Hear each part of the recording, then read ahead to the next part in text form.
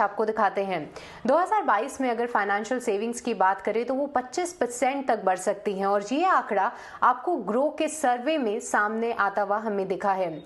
सर्वे पर हमारी सहयोगी नयनतारा राय ने कंपनी के सीईओ और को फाउंडर ललित केशरे से खास बातचीत की है।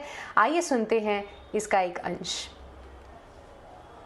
आपको ये सर्वे के बारे में बताइए, क्योंकि हम ईटीना स्वदेश में बोलते हैं बढ़ो बदलो देश के साथ, और यही है जो आप भी बात कर रहे हैं। जी, नयनतारा, हमारा शुरू से गोल रहा है। हमने 2015-16 में जब कंपनी स्टार्ट करी थी तो गोल था कि देश के कोने कोने में फाइनेंशियल सर्विसेज को कैसे पहुंचाया जाए। लाइक जो चीज़ें किसी एचएनआई को, किसी हाई नेटवर्थ इंडिविजुअल या किसी फाइनेंशियल इंस्टीट्यूशन को जो एक्सेस होता है, बड़े शहरों में होता है, वो सबको अवेलेबल होना चाहिए।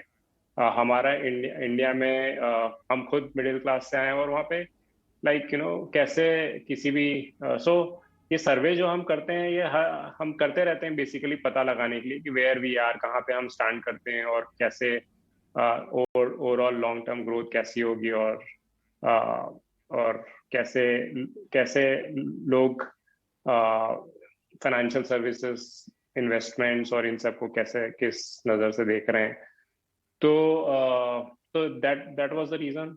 और हमने देखा है कि इंटरनेट की ग्रोथ के कारण काफी लो कॉस्ट इंटरनेट के कारण और फाइनेंशियल अवेयरनेस सब जगह पे, इंफॉर्मेशन अवेलेबिलिटी है, यूपीआई है और आधार के कारण काफी लोग ऑनबोर्ड कर पाते हैं, अपना अकाउंट खुला पाते हैं और खुद ही सारी इंफॉर्मेशन एक्सेस करके खुद इन्वेस्ट कर पाते हैं। सो ये मतलब ओवरऑल अपने कंट्री के लिए जो आपने बताया वो हो रहा है। और अगर हम ये जो फाइनेंशियलाइजेशन की बात करेंगे, और आपने ना बोला कि ये छोटे छोटे शहरों में भी हो रहा है, आप हमें कोई आइडिया दे सकते हैं कि किस टाइप के छोटे शहरों में हो रहा है ये सब? या किसी भी इंटरनेट की कोई बाउंड्री नहीं होती है। अगर प्रोडक्ट सिंपल है, अगर ट्रांसपेरेंट है, तो internet is available everywhere, right? तो आप जा सकते हैं, जैसे जाइए मध्य प्रदेश में इंदौर के पास में बहुत सारे शहर है, उज्जैन है, ग्वालियर के पास बहुत सारे छोटे शहर है। आप बिहार में चले जाइए किसी भी छोटे शहर में, लखनऊ, पटना, तो ये तो टीयर 2 सिटीज हो गई, बट इनसे भी जो नीचे छोटी सिटीज है वहां पे भी आप चले जाइए तो वहां पे भी लोगों को आज पता है कि अच्छा म्यूचुअल फंड क्या होता है। फिक्स डिपॉजिट में भी पैसे डाल सकते हो, पर म्यूचुअल फंड में भी आप इन्वेस्ट कर सकते हो। डेट फंड कैसे काम करते हैं, तो ये सब जो चीजें हैं आप अलग अलग तरीके से सीख रहे हैं लोग। किसी को वीडियो में समझ में आ जाता है, किसी को हिंदी में समझ में आता है, किसी को अपनी लेट्स से तमिल में कोई उसको पढ़ रहा है। न्यूज आप जैसे आपने बताया आपका चैनल पे लोग सुन रहे हैं, यूट्यूब बहुत सारे चैनल्स है। तो बहुत ज्यादा अवेयरनेस हो रही है और बहुत सारे छोटे छोटे शहरों से लोग आ रहे हैं।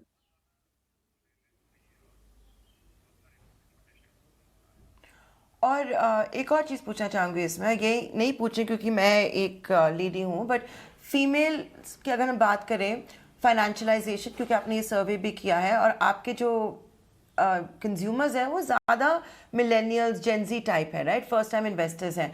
इसमें विमेन की क्या पार्टिसिपेशन होगी? नहीं तो देखिए, हर कभी अगर हम एब्सोल्यूट स्केल पे देखेंगे तो हम बहुत दुखी होंगे अभी, क्योंकि बहुत खराब है इंडिया में, ओवरऑल इंडिया में काफी खराब है women participation in financial services. But अच्छी एक मतलब अच्छी खबर ये है कि काफी बढ़ रहा है, बेटर हो रहा है। अगर हम कंपेयर करें 5 साल पहले, 10 साल पहले से, तो काफी बेटर हो रहा है।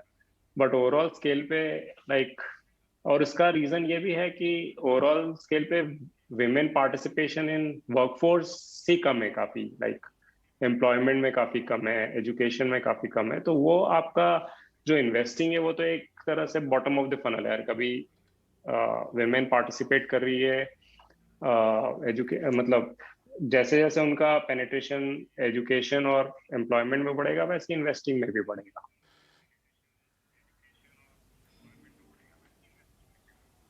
हाँ, ये तो सही बात है। और ललित, फाइनल क्वेश्चन, 2020 में 2021 में स्टॉक मार्केट्स की तो बिल्कुल एक स्ट्रेट लाइन रैली हो रही थी। अब तो बहुत सारे दूसरे फैक्टर्स भी आ चुके हैं। ग्लोबल क्यूज देखें, वो काफ़ी कमज़ोर हैं।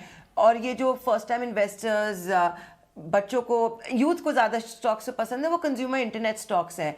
लेकिन आपने भी देख लिया होगा शेयर प्राइस कितना गिर चुका है। आईपीओ जो हुई थी उनके अब कितनी प्राइस दाम गिर चुका है। तो अब मुश्किल नहीं होगा इनको और प्लेटफॉर्म में लाने के लिए और फिर रखने के लिए भी? नहीं, फ्यूचर का तो आप कुछ बता नहीं सकते, मतलब क्या होगा कैसे किसी को भी नहीं पता है। बट आई थिंक हम जो कर सकते हैं वो कर रहे हैं, और जो करना चाहिए कि एजुकेट कर रहे हैं कस्टमर्स को कि आईपीओ या कुछ भी, भले इंटरनेट कंपनी हो या कोई सी भी कंपनी हो, कंपनी होती है और आप कंपनी में इन्वेस्ट कर रहे हो, आप कंपनी को जानना बहुत ज्यादा जरूरी है। IPO is just a medium, उसका एक मीडियम होता है उसमें इन्वेस्ट करने का। तो आप एक्सचेंज से खरीदिए या आईपीओ से खरीदिए, बट आप अल्टीमेटली आप इन्वेस्ट कर रहे हो कंपनी में। तो उस कंपनी का क्या बिजनेस मॉडल है, वो उसका कस्टमर क्या है, वो कैसे पैसे बनाती है, कैसे फ्यूचर में पैसे बनाएगी, कैसे ग्रो करेगी, उसका मैनेजमेंट कैसा है, उसके रेड फ्लैग्स क्या है, उसमें क्या रिस्क हो सकती है। तो ये सब आपको एनीवेज जानना जरूरी है। और फिर लाइक इंटेलिजेंट इन्वेस्टर बनना जरूरी है। तो वो हमारा काम है, वो एजुकेट कर रहे हैं। एसआईपी करना चाहिए, वॉलेटिलिटी रहेगी तो आप म्यूचुअल फंड में कीजिए। आपको स्टॉक्स नहीं समझ में आ रहे तो म्यूचुअल फंड में कीजिए। म्यूचुअल फंड में नहीं समझ में आ रहा तो आप इंडेक्स फंड, पैसिव फंड कीजिए, या फिर एडवाइजर रखिए, या फिर अगर ये सब भी नहीं तो फिर आप फिक्स डिपॉजिट्स में पैसे कीजिए। सो आई थिंक हम यही कर सकते हैं। बट अब like that's how like almost all of us are trying. आपके चैनल भी यही एजुकेट कर रहा है कस्टमर्स को। तो लेट्स सी। और जो आप एजुकेशन कर रहे हैं वो long term investment, compounding, rule of 72, उस पे ज़्यादा है, राइट? बिकॉज वो तो स्टेटमेंट वायरल हो गया था जब नितिन कामत ज़ीरोधा से बोले थे कि जो ट्रेडर्स है वो तो most of them can't beat fixed deposit return. Yes, हाँ, मतलब ट्रेडिंग सबके लिए नहीं होता है। Like trading is a like आपको सीखना जरूरी है। There are lot of professional traders, और आप उन लाइक थोड़ा एजुकेशन उसमें ज़्यादा चाहिए होता है।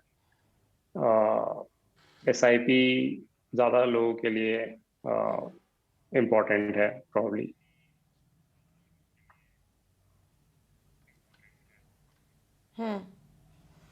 चलो, ये रहा सबसे बड़ा मैसेज ग्रो से जो आज इटिना स्वदेश में है। फाइनल क्वेश्चन, मैं आपको कैसे जान सकती हूँ इसके बारे में बिना पूछे? सत्या नडेला ने ग्रो में इन्वेस्ट किया है, उसके बाद कैसे लाइफ बदल चुकी है ग्रो की? देखिए, सत्या नडेला सर को हम काफी एडमायर करते हैं। उन्होंने जो कंपनी बनाई है, कंपनी जितना ग्रो किया है, आई थिंक आज तक शायद किसी सीईओ ने इतना ग्रो नहीं किया होगा।